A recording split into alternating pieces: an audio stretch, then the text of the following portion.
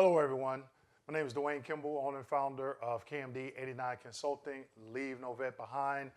I'm bringing to you another educational video as it pertains to the VA disability compensation claims process.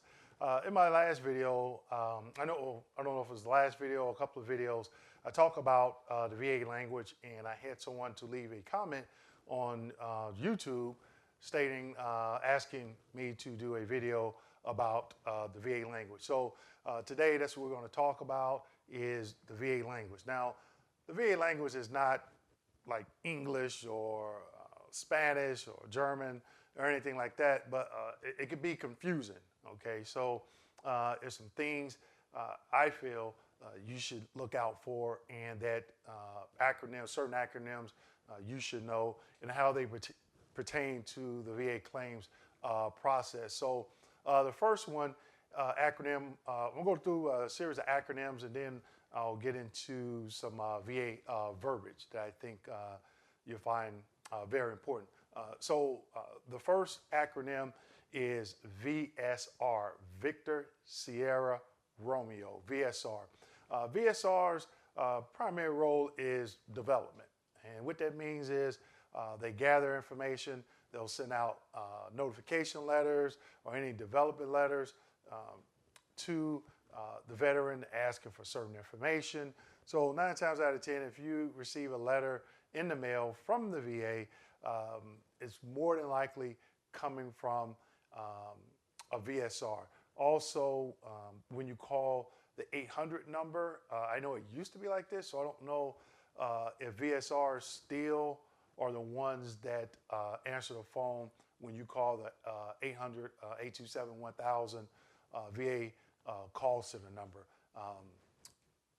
When I worked at the VA, those individuals that were VSRs would man those phones. And I still think it's like that, but more so than anything, they complete the development.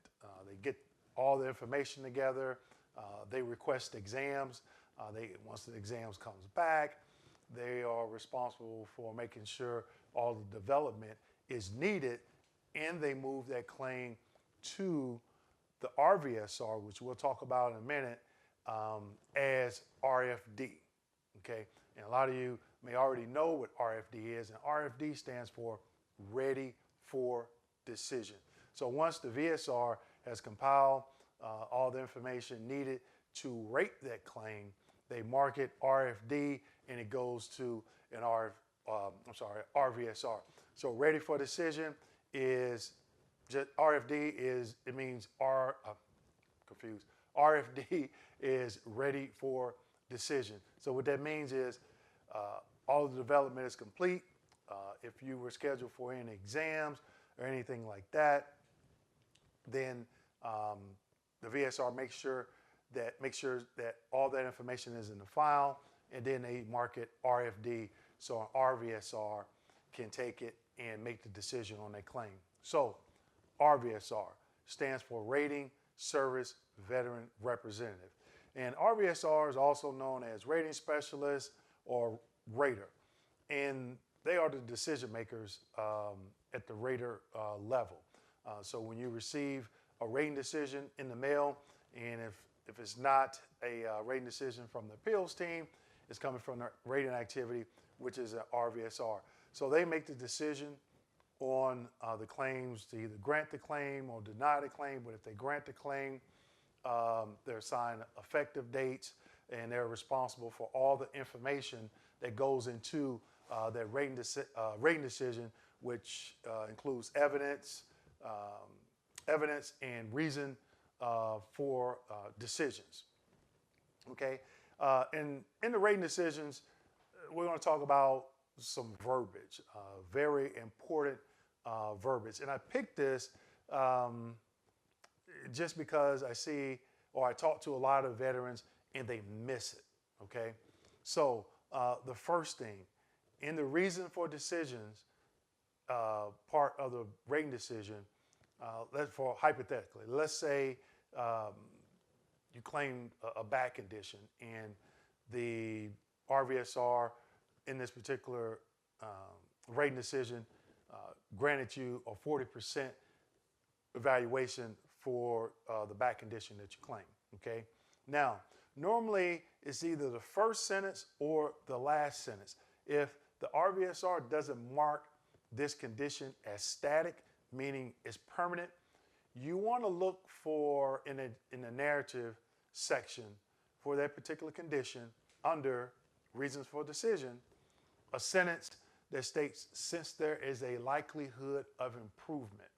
Okay, what that means is that RVSR is saying that they do not believe that that condition is static, meaning they don't believe it's permanent. So now you have what they call an RFE for that particular condition. And an RFE is routine future exam, RFE, okay? So again, that RVSR thinks that that condition at some time will improve, and they didn't mark it static, okay? Now, the reason why that's so important is, let's just say you were granted an increase or granted a 40% evaluation, and your overall evaluation is 100%. If you have a RFE on 1, 2, 3 conditions, but all for this, what I'm talking about today, let's just say one condition, that back condition.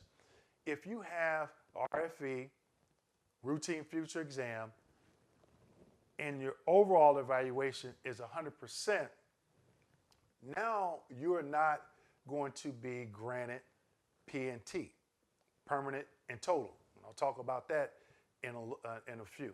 So again, look for the sentence in either narrative for the condition that you claim, since there is a likelihood of improvement.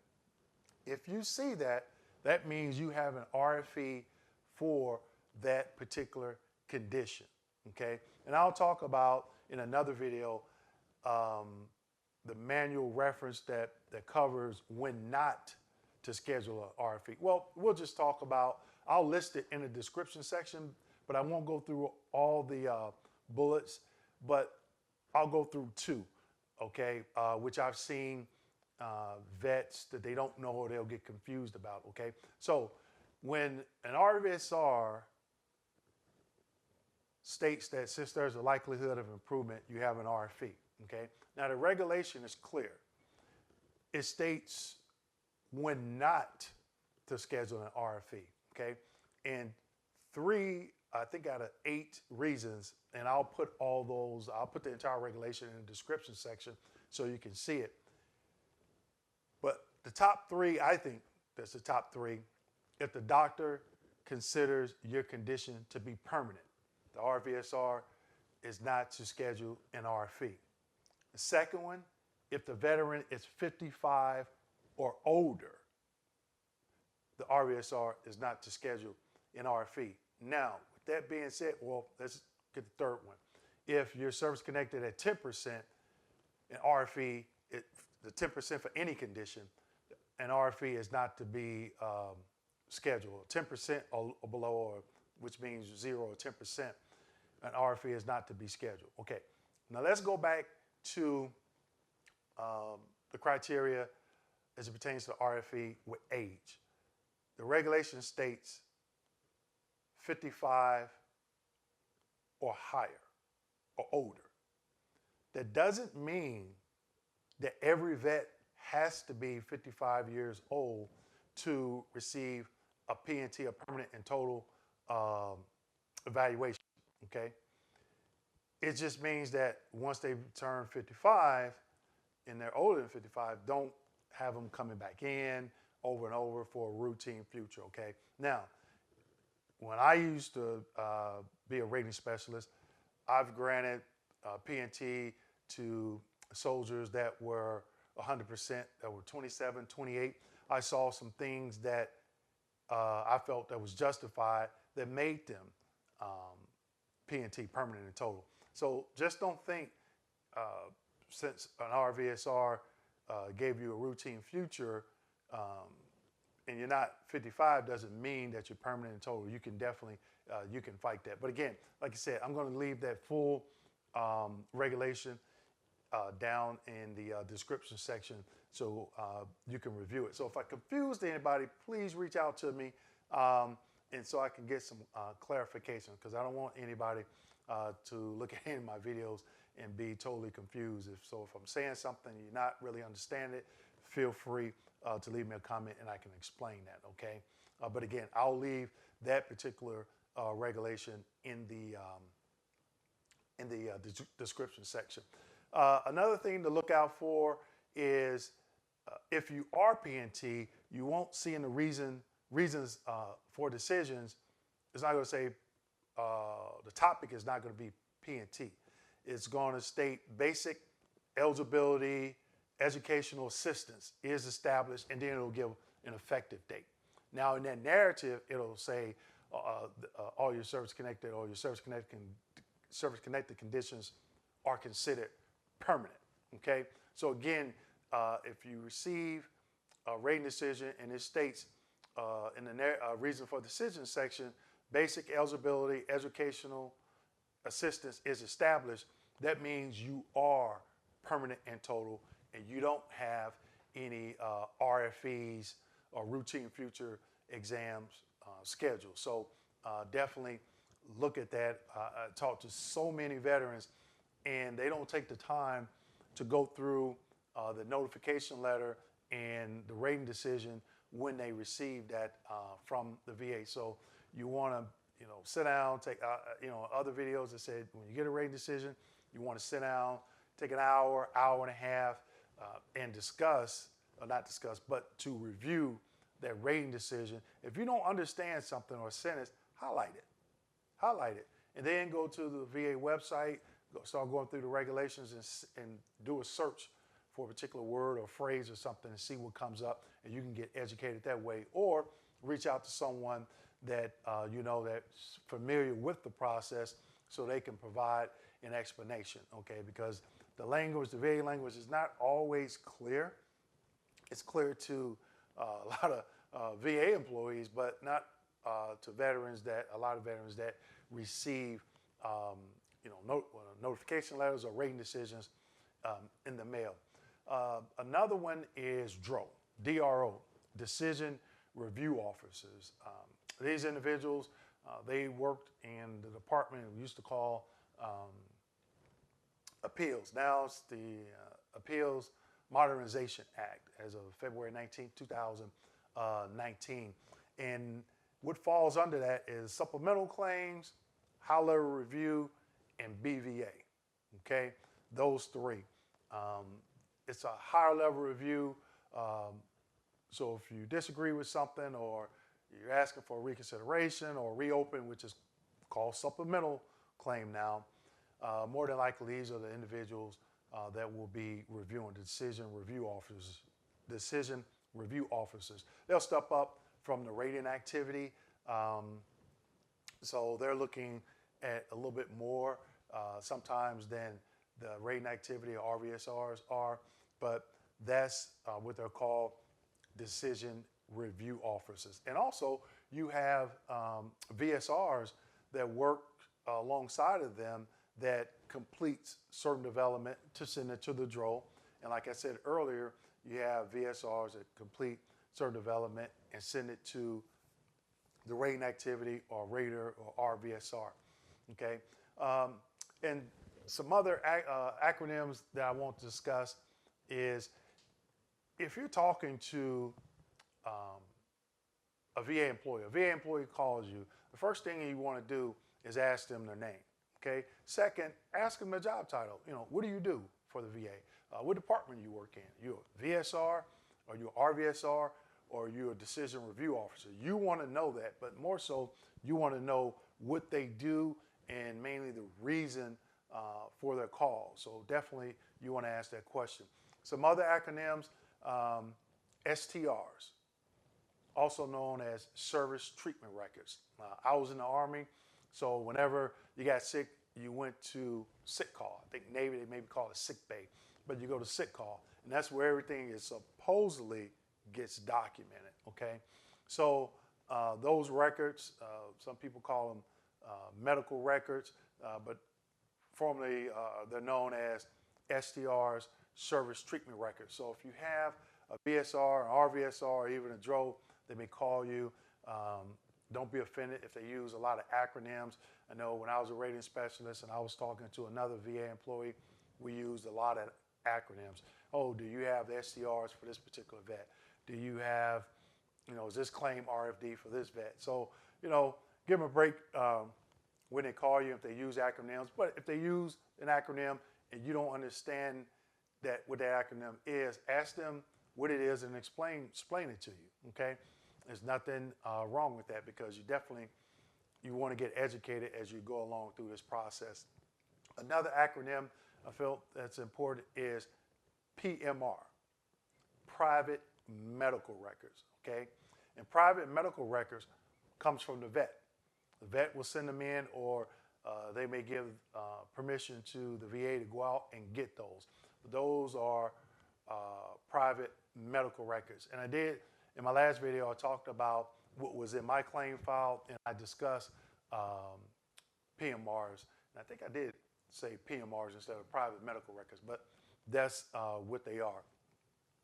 Another acronym is C&P Exam. A lot of veterans don't know what this is, and they're service connected. C&P stands for Compensation and Pension Exam. So when you file a claim and the condition is verified, whether it was due to service or whatever, and the VSR needs an exam, they will schedule a C&P exam. Now, a C&P exam can be done at a C&P at a VA medical center, or it can be outsourced to a third-party contractor like QTC or LHI.